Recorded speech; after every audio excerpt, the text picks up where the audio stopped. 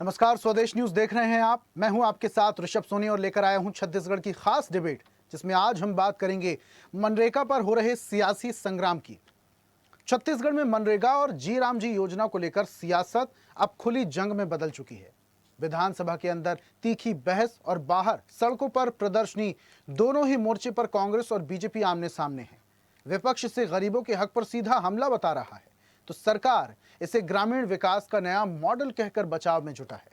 रोजगार, अधिकार और विकास के इस टकराव में सच्चाई क्या है, देखिए इस रिपोर्ट में, फिर करेंगे चर्चा।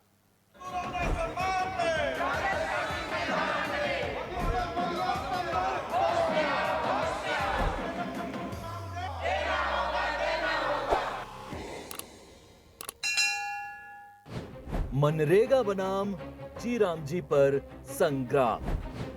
छत्तीसगढ़ में मचा सियासी घमासान। विधानसभा में स्थगन प्रस्ताव आसंदी ने किया खारिज। कांग्रेस का विधानसभा से सड़क तक प्रदर्शन।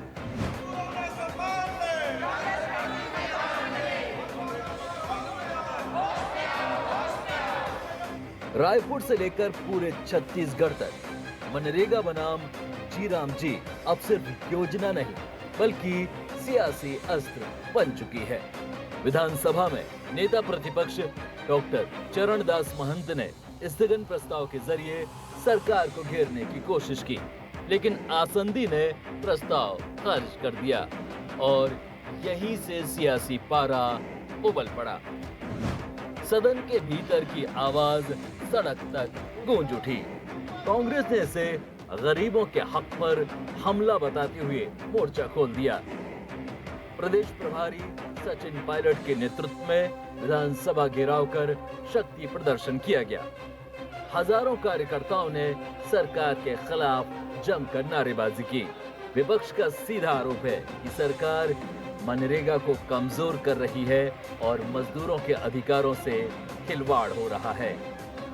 ये सिर्फ नाम बदलने का मामला नहीं है, ये गरीबों के काम के अधिकार को गरीबों से छीनने का मामला है। उनने सिर्फ नाम नहीं बदला है, उनने सिर्फ नीति नहीं बनाई है, उनका नियत पूरी तरीके से गरीबों के पक्ष में खराब है, ठीक नहीं है।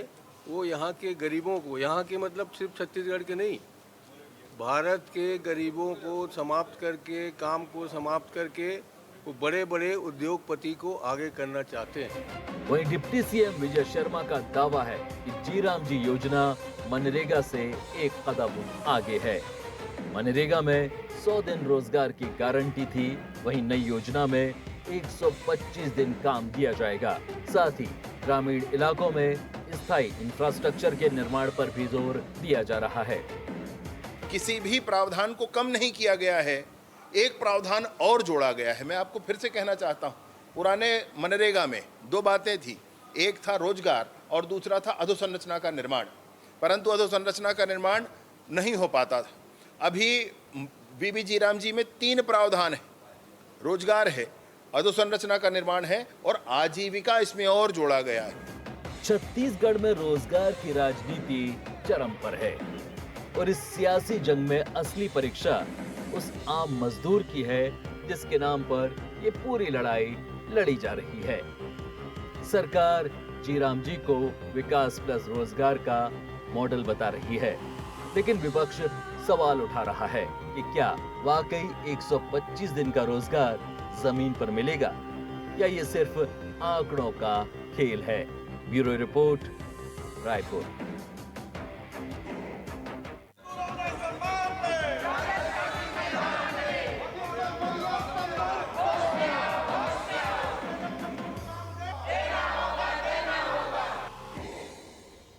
तो मनरेगा बनाम जी राम जी पर सियासी संग्राम अब तेज हो चुका है। सड़क से लेकर सदन तक विपक्ष हल्ला बोल कर रहा है और इसी के चलते आज एक बड़ा हल्ला बोल भी हुआ। प्रदर्शन हुआ था कांग्रेस का, जिसमें कांग्रेस के तमाम बड़े नेता पहुंचे थे।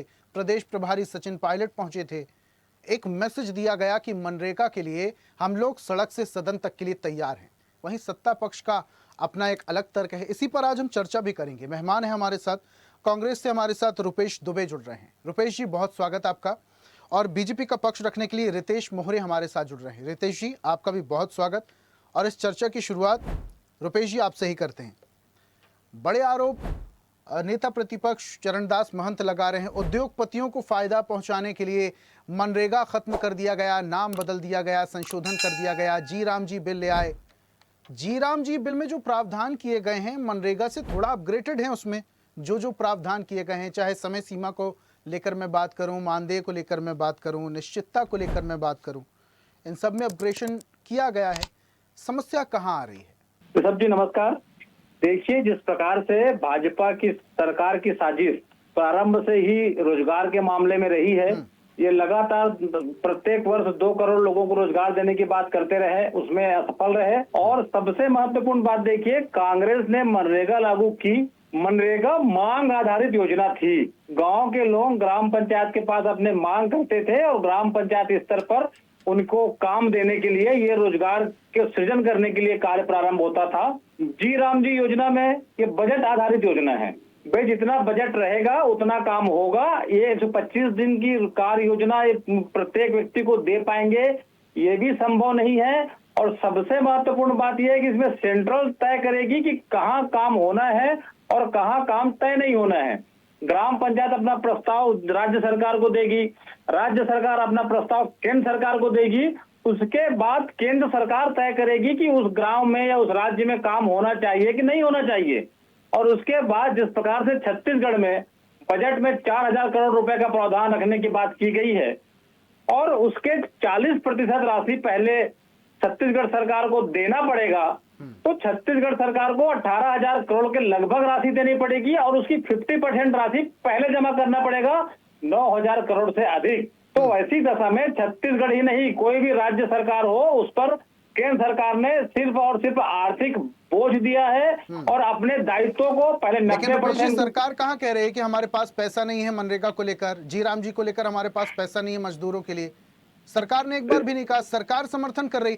अब विश्वास आपको राज्य सरकार पर नहीं है कि केंद्र सरकार की नीतियों पर नहीं है? ऋषभ जी, छत्तीसगढ़ की जो स्थिति है वित्तीय व्यवस्था में, आप भी भली भांति जानते हैं कि किस प्रकार से यहाँ न ठेकेदार हड़ताल कर रहे हैं, यहाँ आम जनता सरकारी कर्मचारी हड़ताल में है और राज्य सरकार के पास पैसा नहीं है। और राज्य सरकार दुर्भाग्यजनक ढंग से राजस्व प्राप्ति के लिए सिर्फ और सिर्फ शराब दुकान और अब तो अफीम की खेती भी कराने का काम छत्तीसगढ़ सरकार ने कर दी है। तो ऐसी दशा में देखिए, यदि ये छत्तीसगढ़ लोग सरकार आप रुपेश जी, ये नैरेटिव आप लोग सेट कर रहे हैं कि बीजेपी सरकार अफीम की खेती करवा रही थी। अब अगर दूसरे एंगल से देखा जाए तो बीजेपी सरकार के अंतर्गत पुलिस आती, पुलिस लगातार छापेमारी कर रही, 3 जगह अफीम की खेती हो गई और वहां पर पकड़ाए नहीं पकड़ाए। आपकी सरकार में भी विनय ताम्रकार 3 साल आपकी सरकार थी, उस दौरान भी अफीम की खेती हुई थी, आप लोग नहीं पकड़ पाए। विनय ताम्रकार की जो बातें हैं तो 2 साल से खेती करने की बात हुई है और छत्तीसगढ़ सरकार में नैतिकता है तो एनसीबी को क्यों नहीं सौंप देती पूरे जांच को? छत्तीसगढ़ पुलिस के सामने रखी हुई है, राजस्व विभाग के लोगों की संलिप्तता है। और ये आज जिस प्रकार से कांग्रेस ने एक बेहतरीन धरना प्रदर्शन आंदोलन और जन सैलाब के रूप में किया है, जिससे भाजपा सरकार पूरी तरह से विचलित हो गई है और गाहें बगाहें और सिर्फ केंद्र सरकार की चाटुकारिता करने के लिए छत्तीसगढ़ की भाजपा सरकार लगी हुई है। ठीक है। अच्छा रुपेश जी, एक बात मुझे बताइए, आपको केंद्र सरकार पर भरोसा नहीं है, आप लोग विपक्ष की भूमिका में है शायद इसलिए। राज्य सरकार पर आपको भरोसा नहीं है, चलिए ठीक है। सरकारी एजेंसियों पर आप लोगों को भरोसा नहीं है, चलिए ठीक है। जनता पर तो भरोसा है। जनता 3 बार ट्रिपल इंजन की सरकार बीजेपी की बना दे रही है और इन्हीं नीतियों से प्रभावित होकर जनता उनकी तरफ आकर्षित हो रही है ना। एक ये भी मुद्दा है, जनता समझदारी से काम ले रही है इसलिए उन्हें चुन रही है, आप लोग उनकी नीतियों का विरोध कर रहे हैं। ऋषभ जी, छत्तीसगढ़ की जनता के लिए कांग्रेस जिस प्रकार से राजधर्म निभाकर सदन में और सड़क की लड़ाई लड़ रही है, छत्तीसगढ़ की जनता ने जो जनादेश भाजपा को दिया है, उस जनादेश का छत्तीसगढ़ की भाजपा सरकार लगातार अवहेलना कर रही है। आप चाहे महतारी वंदन के बारे में बात कर लीजिए, यहाँ महिलाओं को 500 रुपए में गैस सिलेंडर देने की बात की थी, क्योंकि जनता ने उन्हें जनादेश दिया है, लेकिन उस जनादेश का अपमान करके ये सिर्फ सत्ता के लोभ में आम जनता को परेशान कर रहे हैं। लेकिन आप लोग तो जनता के सिरमौर थे, फिर दोबारा आप लोगों को क्यों नहीं चुना गया? ये बहुत बड़ा सवाल है, क्योंकि आप लोग तो दम भरते थे कि भाई इस बार लगातार बीजेपी का शासन था, उसके बाद आपकी सरकार आई, जनता ने आपको दिया था मौका, आप लोग उस मौके को नहीं बना पाए, सिर्फ 5 साल में सिमट गए। ऋषभ जी, देश की प्रधानमंत्री नरेंद्र मोदी जी आज तीसरे बार प्रधानमंत्री बने हैं, लेकिन जिस प्रकार से उनके निर्वाचन क्षेत्र में उनका ग्राफ गिर रहा है, लोकतंत्र में जनादेश और जनता जिस प्रकार से वोट देती है, उसको हम सबको सुधार करना चाहिए। 15 साल भाजपा की सरकार काम करी, उसके बाद इनको 15 सीटों में सिमट दी गई थी। आज कांग्रेस की स्थिति उनसे बेहतर है, यद्यपि जनादेश नहीं मिला है, लेकिन अब छत्तीसगढ़ की जनता अपने 15 आप को साल में ठगा उन्होंने सा काम महसूस नहीं कर रही किया, है। जनता समझ गई, उसके बाद आपको मौका दिया, आप लोग नहीं समझ पाए उस चीज को, इसलिए 5 साल के बाद जनता ने ब्रेक लगा दिया। रितेश जी जुड़े हैं क्या हमारे साथ? बीजेपी प्रवक्ता शायद थोड़ी देर में जुड़ेंगे, तब तक मैं रुपेश जी से ही कंटिन्यू करता हूं। लेकिन रुपेश जी, एक बड़ा आरोप आप लोग अक्सर लगाते हैं, आपके नेता मंच से अक्सर लगाते हैं, उद्योगपतियों को फायदा पहुंचाने के लिए सरकार ये हथकंडे अपना रही है। छत्तीसगढ़ की जमीन उद्योगपतियों को देना चाहती है साय सरकार, छत्तीसगढ़ का खनिज उद्योगपतियों को देना चाहती है, अपने उद्योगपति मित्रों की फर्म यहां पर लगाना चाहती है ताकि सीधा फायदा उनको। एक सच ये भी तो है कि अगर इंडस्ट्रियल एरिया छत्तीसगढ़ में फैलता है और वहां पर उद्योग लगते हैं, कैपिटलाइजेशन होता है, बड़े बड़ी फैक्ट्रीज लगती हैं, तो उसका फायदा किसको होगा? छत्तीसगढ़ की जनता को होगा, छत्तीसगढ़ के युवाओं को होगा। उन्हें मजदूरी नहीं करनी पड़ेगी, वो फैक्ट्री में काम कर सकते हैं, वो उद्योगों में काम कर सकते हैं, अपना व्यापार कर सकते हैं। जिस प्रकार से छत्तीसगढ़ में उद्योग नीति के नाम पर आम जनता से एक तरह से धोखा किया जा रहा है। उद्योग लगे सबकी मंशा होती है। तो आज से कुछ साल पहले राजनांदगांव जिले में विजयतला ग्राम है, वहां पतंजलि वालों को जमीन दे दी गई थी उनके उद्योग स्थापित करने के लिए, लेकिन उन्होंने उससे हाथ खड़े कर लिया और अब गैस कंपनी को देने की बात की जा रही है। राजनांदगांव जिले के सहित में अन्य जिलों में देख लीजिएगा जिस प्रकार से उद्योगपति छत्तीसगढ़ सरकार के संरक्षण में आम जनता को ठगा सा महसूस कर रहे हैं। सिंचाई के पानी को उद्योग में लेकर, बिना अनुमति के उद्योग में लेकर के रोड को खोदाई कर करके, राजनांदगांव में तो रोड की अवैध रूप से खोदाई करके सिंचाई की जो पानी है उसको उद्योग को देने के लिए साजिश रची जा रही है। और आम जनता जब आंदोलन करती है तो उस जनता के खिलाफ में छत्तीसगढ़ सरकार अपराध दर्ज करा देती है। जिस प्रकार से सीमेंट उद्योग के नाम पर खैरागढ़ में एक पूरा जन सैलाब उमड़ गया था और उसके बाद अच्छा, सीमेंट मनरेगा के उद्योग खिलाफ आप लोग हल्ला बोल कर रहे हैं, बड़े नेता पहुंच रहे हैं, प्रदेश प्रभारी सचिन पायलट भी पहुंची जब आप लोग अभी प्रदर्शन कर रहे थे, जनता का समर्थन मिल रहा है? निश्चित रूप से जनता का समर्थन मिल रहा है। सफोर्त होकर के जनता कांग्रेस के आंदोलनों में सहभागिता निभा रही है। कांग्रेस के नेताओं के साथ, वहां कांग्रेस नेताओं के साथ कंधे से कंधे मिलाकर छत्तीसगढ़ की जो सरकार है, जो आम जनता के हितों के विपरीत कार्य करने पे तुली हुई है, उसके खिलाफ प्रत्येक, देखिए आज से छत्तीसगढ़ में पहले 2 साल पहले आप देखेंगे पुलिस और आम जनता के बीच द्वंद्व नहीं होता था। आज प्रशासनिक आतंकवाद इतना चरम पर है कि छत्तीसगढ़ की जो शांतचित्त जनता है और जो पुलिस है, जो हमारी रक्षक है, उनके बीच में द्वंद्व देखने को मिल रहा है। छत्तीसगढ़ की सरकार पुलिस पर दबाव बना करके जनता पर लाठीचार्ज, आंसू गैस छोड़ने का काम करती है ताकि मनरेगा पर हम बात कर रहे थे, जी राम जी पर बात कर रहे थे, क्या जी राम जी वापस लेना पड़ेगा अब सरकार को? देखिए, जिस प्रकार से जी राम जी योजना में इनके द्वारा बिना चर्चा कराए लोकसभा में पारित करने का जो काम किया, सभी की मंशा है कि आम जनता को, भारत देश की जनता जो गरीब गांव में बसती है, उनको एक काम दिया जाए। और बार बार डिजिटलाइजेशन की बात करते हैं, डीबीटी के माध्यम से, कांग्रेस की सरकार थी तो भी डीबीटी के माध्यम से ही मनरेगा का भुगतान होता था।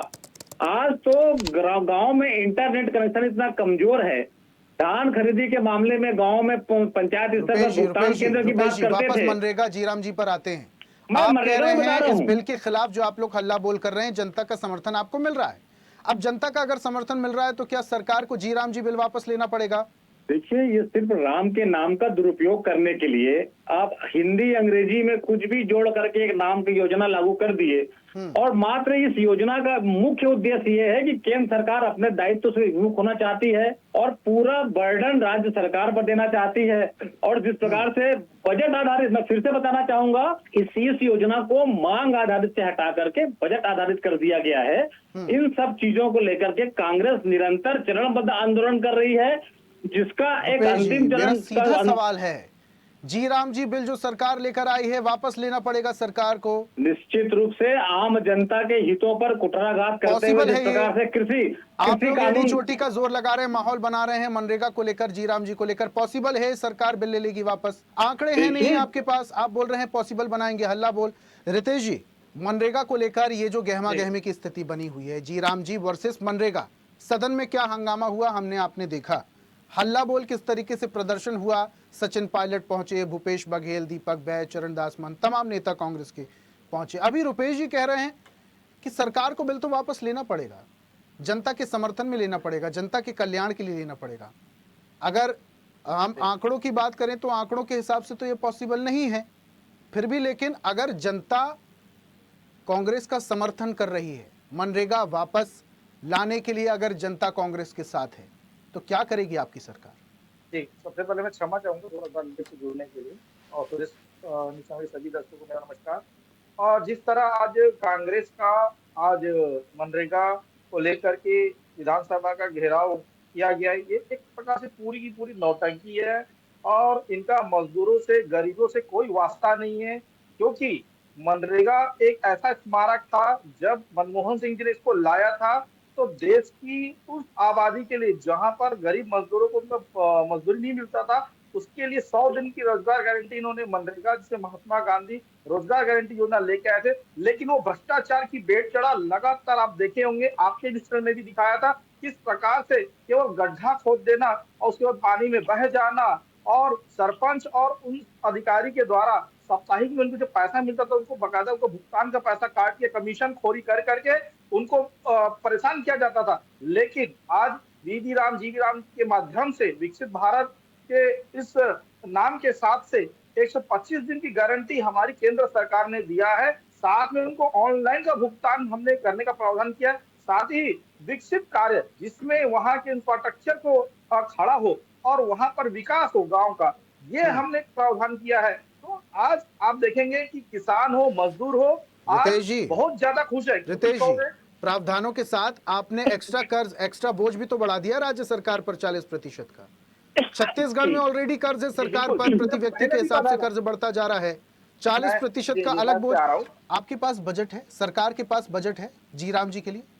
बिल्कुल, अभी विधानसभा में प्रस्ताव हुआ है और माननीय ओपी चौधरी जी ने इसका पूरा वर्णन किया। आज माननीय मुख्यमंत्री इसी पे आज वक्तव्य है 7 विषयों पर लेकर के। तो मुझे लगता है कि थोड़ा देर रात तक आज विधानसभा चलेगा 9 बजे तक। इसका मुझे लगता है इसके लिए भी आपके चैनल को उसको दिखाना चाहिए किस प्रकार से वीवी राम पे राज्य सरकार उस पे प्रावधान लाई है और 40% हम उसका जो भुगतान हम करेंगे। तो ये सारा चीज पहले भी था, इसे 25 से 30% जो है भुगतान के बारे में अगर आप लोगों ने सोच लिया है, रितेश जी देखिए ये बड़ा गंभीर विषय है क्योंकि मजदूरों की बात है। अगर आप लोगों ने भुगतान के बारे में सोच लिया है तो उसका रास्ता भी सोच लिया होगा, रोड मैप भी होगा आपके पास, सिनॉप्सिस भी होगा कि पैसा आएगा कहां से। सरकार तो कई सारी योजनाएं चला रही है जनता को देने, लाडली लक्ष्मी लाडली बहना योजना के चलते आप लोग महिलाओं को पैसा दे रहे हैं। जब इस तरीके की योजनाओं में ही सरकार का मोटा बजट खर्च हो जा रहा है, पैसा आएगा कहां से? जी देखिए, हमारे छत्तीसगढ़ सबसे बड़ा मिनरल डेवलपमेंट का एरिया है। आज बस्तर पूरा नक्सली मुक्त होने जा रहा है, जहां पर मिनरल्स के माध्यम से तो बड़ा पैसा हमको मिलेगा।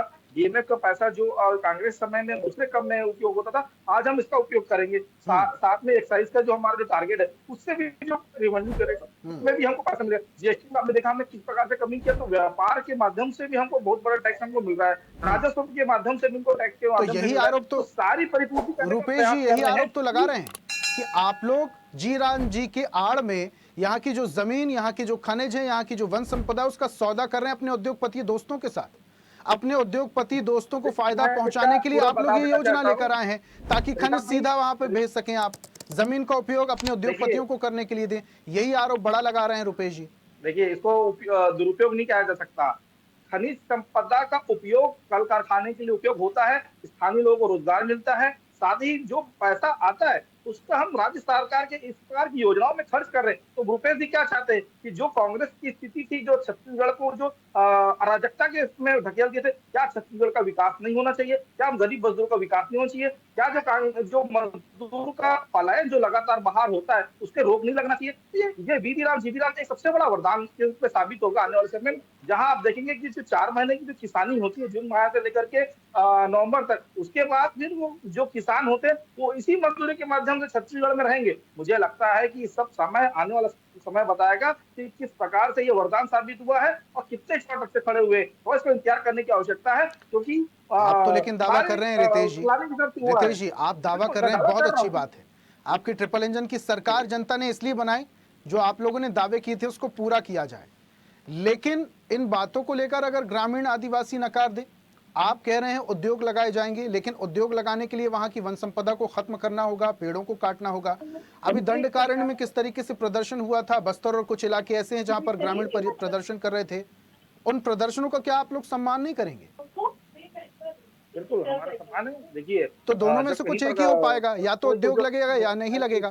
देखिए, सबका नियम है, सबका नियम है। आप उस नियम को जानना जरूरी है। जहाँ उद्योग लगते हैं वहां पर जन सुनवाई होती है। जन सुनवाई के माध्यम से ग्राम सभा में ही प्रस्ताव पारित होता है, तब उसको माना जाता है, चाहे राज्य सरकार हो चाहे केंद्र सरकार हो। जैसे कि रायगढ़ में हुआ तो वापस लेना पड़ा। तो मुझे लगता है कि सारी चीज जानकारी में होना चाहिए। जब ग्राम सभा जब इसको पारित करता है, तब वो जाकर के वहां पर उद्योग कल कारखाने लगने की प्रस्ताव को ओके किया जाता है और जमीन को जो है किसान के द्वारा खरीदा जाता है, बकायदा उसकी जो कीमत होती है उसको दिया जाता है। ये सारे नियमों के हिसाब से होता है। ऐसा नहीं होता कि पुराने समय में जब उसको कब्जा कर लिया, कोई ठाकुर आया उसको कब्जा कर लिया, किसानों को मार मार के भगा दिया। ऐसा आज के समय में पॉसिबल चलिए नहीं है। ठीक है, सोशल आपने मीडिया नियम मीडिया बता का जमाना दिए है, तो मुझे लगता है रितेश जी, आपने नियम बता दिए। अब मैं दावे की बात करूंगा, दावा रुपेश जी का। रुपेश जी दावा कर रहे हैं कि मनरेगा को बचाने के लिए, वापस लाने के लिए और जी राम जी बिल के विरोध में जो वो लोग हल्ला बोल कर रहे हैं, प्रदर्शन कर रहे हैं, उसमें जनता का समर्थन उन्हें मिल रहा है।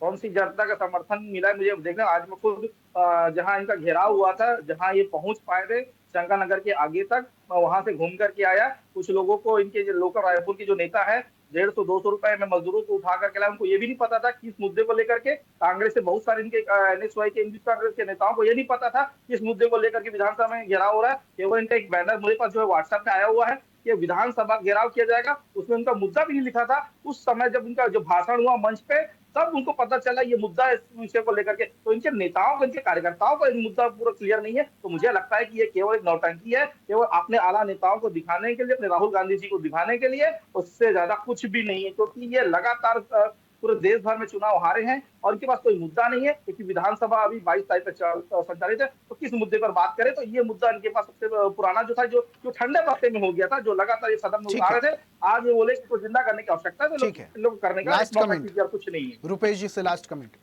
रुपेश जी सुन लिया, रितेश जी कह रहे थे लोग वहां पे जो पहुंचे थे उनको पता ही नहीं था किस बात को लेकर प्रदर्शन है, और आप लोग हल्ला कर रहे हैं बेमतलब का कि मनरेगा को बचाएंगे, जीराम जी को वापस लेकर जाएंगे। ये भाजपा का मतिभ्रम है। देखिए, छत्तीसगढ़ में भाजपा की सरकार 26 दिसंबर तक जी राम जी की ग्राम सभा करना था, उसमें पूरी तरह से असफल रहे। और छत्तीसगढ़ की जनता को ये कांग्रेस के लोगों ने बताया है कि धारा 5 जो सेक्शन 5 है जी राम जी योजना के, उसके अंतर्गत किस आधार पर कहाँ काम होगा, सेंट्रल गवर्नमेंट को तय करना है। यदि जनता की मांग अधिक होगी, राज्य सरकार को यदि अधिक काम कराना पड़ेगा, तो पूरे काम की राशि को राज्य सरकार को वहन करना पड़ेगा। पूरी तरह से भाजपा के लोग इस योजना को बताने में सक्षम है, और जिस योजना में आम जनता विश्वास नहीं कर रही है, उसे भाजपा के लोग जा करके ग्रामों में बताने का प्रयास कर रहे हैं, लेकिन वहां भी उन्हें व्यापक विरोध का सामना करना पड़ रहा है, जिसके चलते छत्तीसगढ़ की नहीं, भारत देश की जनता इस जी राम जी योजना में जो परिवर्तन हुए हैं उससे खिलाफ में है। और कांग्रेस, राहुल गांधी जी, मल्लिकार्जुन खड़गे जी और कांग्रेस के शीर्ष नेताओं के नेतृत्व में एक जन आंदोलन के रूप में तत्पर होकर के आंदोलनरत है, और जिसकी सफलता जिस प्रकार से किसान के किसी काले कानून को वापस लिया गया था, वैसे इसको वापस लेना पड़ेगा। ठीक है रितेश जी, 20 सेकंड जल्दी से बात रखिए। मैं रुपेश जी की बातों पर बड़ा हास्यास्पद विषय लगता है कि जहां ये बात कर रहे हैं कि जितनी भी बातें की, मुझे लगता है कि इनका आंदोलन आज था, आज के बाद ये खत्म, दूसरे दिन ये नया मुद्दा पकड़ेंगे, नया कुछ नौटंकी चालू हो जाएगा, तीसरे दिन कुछ और। तो इनका ये काम है आज कांग्रेस पार्टी को जिंदा रखना है भारत के अंदर में, देश के अंदर में, राज्यों के अंदर में। तो इस प्रकार के कुछ ना कुछ मुद्दे को लेके ये करते रहेंगे, क्योंकि इनके पास जो है पार्टी को चलाना है। तो सारे विषय है, मुझे लगता है कि रितेश जी, मनरेगा वर्सेस जी राम जी को लेकर जो संग्राम छिड़ा हुआ है सदन से सड़क तक, इसका असर क्या होगा देखेंगे। बहुत शुक्रिया रितेश जी हमारे साथ जुड़ने के लिए। रुपेश जी आपका भी बहुत बहुत शुक्रिया चर्चा में शामिल होने के लिए, अपने तर्क रखने के लिए। तो मनरेगा का नाम बदलकर जी राम जी जो किया गया है उसको लेकर विपक्ष हल्ला बोल कर रहा है। छत्तीसगढ़ में प्रदर्शन किया गया, बड़े नेता शामिल हुए और कहा गया कि मनरेगा को बचाने के लिए सड़क से सदन तक की लड़ाई लड़ी जाएगी। सरकार का कहना है कि सिर्फ प्रोपोगेंडा है और ये जो नेता हैं ये अपने सुप्रीम नेता राहुल गांधी को खुश करने के लिए इस तरीके की हरकत कर रहे हैं क्योंकि विपक्ष के पास कोई मुद्दा ही नहीं है। अब मनरेगा वर्सेस जी राम जी को लेकर छिड़ा ये संग्राम क्या रंग लाएगा, आने वाला वक्त बताएगा। खास पेशकश में फिलहाल इतना ही। देखते रहिए स्वदेश न्यूज, सबसे पहले देश। और ऐसी ही ताजा खबरों के लिए लाइक, फॉलो और यूट्यूब पर सब्सक्राइब कर बेल आइकन जरूर दबाइए और हर अपडेट के लिए विजिट कीजिए स्वदेशलाइव.com।